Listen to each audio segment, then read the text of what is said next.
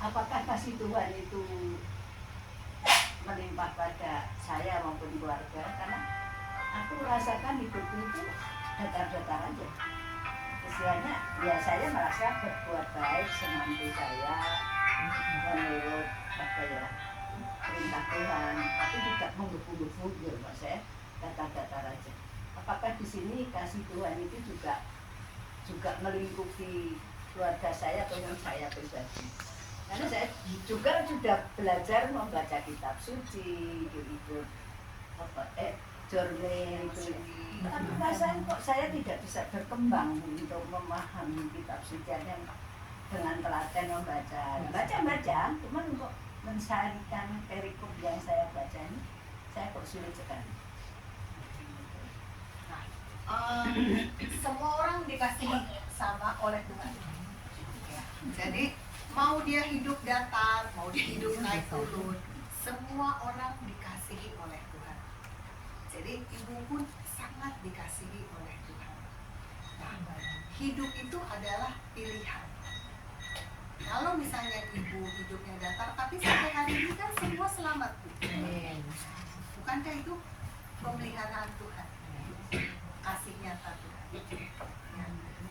Karena gini, kita keluar dari rumah aja, ya, itu kita punya potensi apa?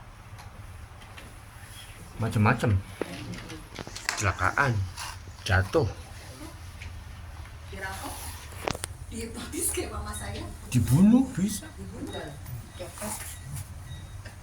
Tetapi ketika sampai hari ini kita bisa masih ada di sini dengan semua selamat, bukankah itu kasih Tuhan?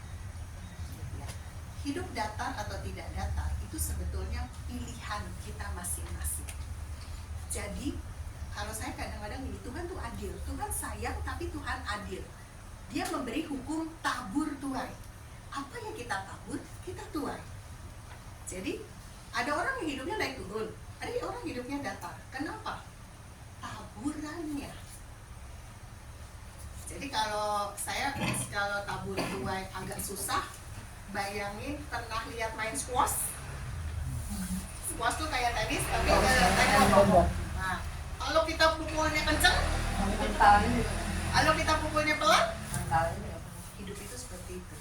Ketika ibu mengambil keputusan di dalam hidup dengan benar, dengan pertimbangan, dengan ketaatan, hidupnya akan lurus. Jadi ibu sendiri nggak neko-neko. Kalau orang yang hidupnya naik turun, kenapa? Pilihan. Pilihannya, ya kayak kita lihat kan, kayak tadi Rafael, kenapa? Pilihan dia. Ya, ada orang yang perempuan-perempuan pun sekarang bisa ya. Ada perempuan-perempuan itu yang punya suami bagus tapi milih apa? Selingkuh. Akhirnya apa hidupnya? Kayak roller coaster kan? Terus ada juga perempuan-perempuan muda, yang muda-muda ya, nggak tahu kenapa kecenderungannya tuh senangnya cari pasangan yang laki-laki yang rada tua, bukan, rada nakal. Nakalnya ini banyak hal. Ya, ada rada-rada nakal. Akhirnya ketika menikah apa?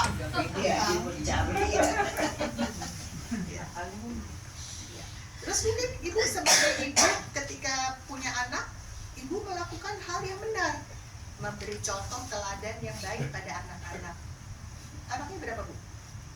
5. Cucu berapa? Anak semua baik? Baiklah, banget. Artinya apa? Itu sudah apa yang ibu tabur. Jadi ketika hidupnya tenang, itu ibu tabur.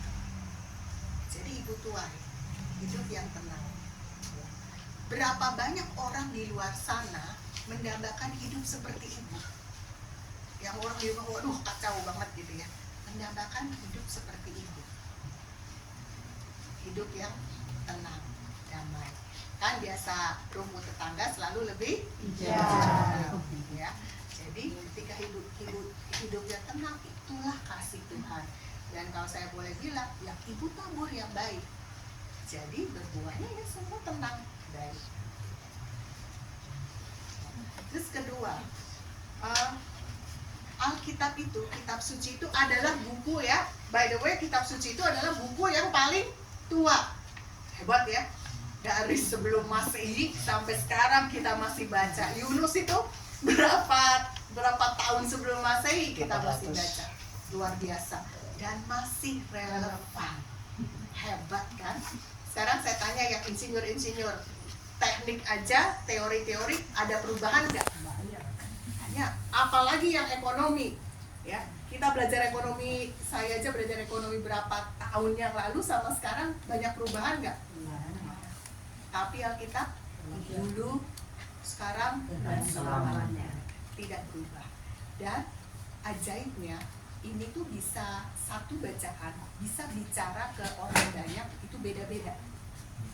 Jadi ketika saya membaca dan men-sharingkan Yunus hari ini, mungkin kalau saya 2 tahun lagi ketika saya men-sharingkan Yunus bisa ada yang berbeda. Itu jadi ibu tidak perlu merasa kalau saya baca kok kayaknya saya belum memahami. Sedikit demi sedikit ibu tanya, Tuhan mau ngomong apa sama saya di firman ini. Jadi tidak ada baku kalau kitab suci. Kalau undang-undang kan baku ya, undang-undang 45. Bunyinya seperti ini ya begini. Kalau kitab suci tidak bisa. Jadi ibu bukan tidak memahami, pasti memahami. Karena itu dinamis. Hari ini ibu belajar Yunus dapat pengertian apa? 3 bulan lagi ibu belajar Yunus belum tentu pengertiannya sama. Karena itu dinamis dan hidup. Nah, kalau ibu merasa kurang di hati, kemungkinan aksesnya tadi belum ibu buka. Jadi kita itu memang harus punya saat waktu khusus untuk kita apa? Duduk diam, bukan berdoa loh. Dengarkan Tuhan. Berdoa dalam arti kita yang ngomong, ya. Kita berdoa, tapi coba ya Tuhan, hari ini Engkau mau ngomong apa sama saya? Memang suaranya tadi bukan kayak gitu ya, nanti dipanggil ya. Tapi nanti ada di hati. Nah, jadi kalau ibu belum merasakan, mungkin aksesnya belum dibuka. Jadi kitab suci ini selain pengetahuan harus ada akses yang dibuka. Karena tadi Tuhan itu lagi mau menyayangi ibu, mengasihi ibu, mau melimpahkan kasihnya. Aksesnya perlu dibuka. Gimana? Mudah-mudahan bisa membuka akses. Ya, jadi waktu khusus kalau saya biasanya pagi, cuma kadang-kadang pagi itu memang buat saya juga setiap hari adalah perjuangan. Kenapa bangun pagi itu susah? Pagi-pagi itu makanya kenapa orang Muslim ya pagi itu sepi. Tuhan Yesus ketika berdoa biasanya jam berapa? Yang paling gampang ingat waktu di Taman Getsemani. Jam berapa? Jam 3 pagi. Jam 3, jam 4 pagi itu biasanya waktu yang paling ideal. Jadi kita kalau pas puncak ngorok-ngorok itu. Kalau kita berdoa selain kita minta, boleh. Kalau tadi kan bilang kita isinya minta aja, boleh nggak? Boleh. Orang Tuhan mau kasih, memberikan kasihnya kok. Jadi kita minta boleh nggak? Tapi kalau buka akses kita yang dengar. Jadi kita dengar, Tuhan saya mau merasakan Engkau. Jadi sebenarnya manusia itu apa-apa juga nggak sanggup kok. Apa-apa tuh sebetulnya kita bisa ini bisa itu bukan karena kita, tapi apa? Kekuatan yang Tuhan berikan. Campur tangan. Ya. Semua yang misalnya kayak arsitek bisa gambar itu kebisaan dari siapa? Kan? Kalau satu waktu tiba-tiba Tuhan ambil gitu kebisaannya, biar arsitek paling jago tiba-tiba dia gambar nggak bisa-bisa. Nah, kita ini nggak ada bisanya sebenarnya, tapi kita perlu untuk mau. Untuk bilang, Tuhan saya mau mendengar Engkau. Tuhan saya mau merasakan kasih-Mu. Tuhan saya mau buka akses. Cuma bilang mau. Karena yang dicari Tuhan apa? Ketika Tuhan cari rasul, cari murid apa? Bukan yang pintar kan? Bukan yang bisa. Tapi yang apa? Mau. Jadi ibu, waktu khusus bilang, Tuhan saya mau merasakan Engkau. Saya mau membuka akses. mungkin nanti pelan-pelan lebih enggak datar, lebih bisa merasakan kasih. Tapi kalau ibu hidupnya tenang, itu anugerah luar biasa, Bu. Karena berapa banyak orang di luar sana yang memimpikan hidupnya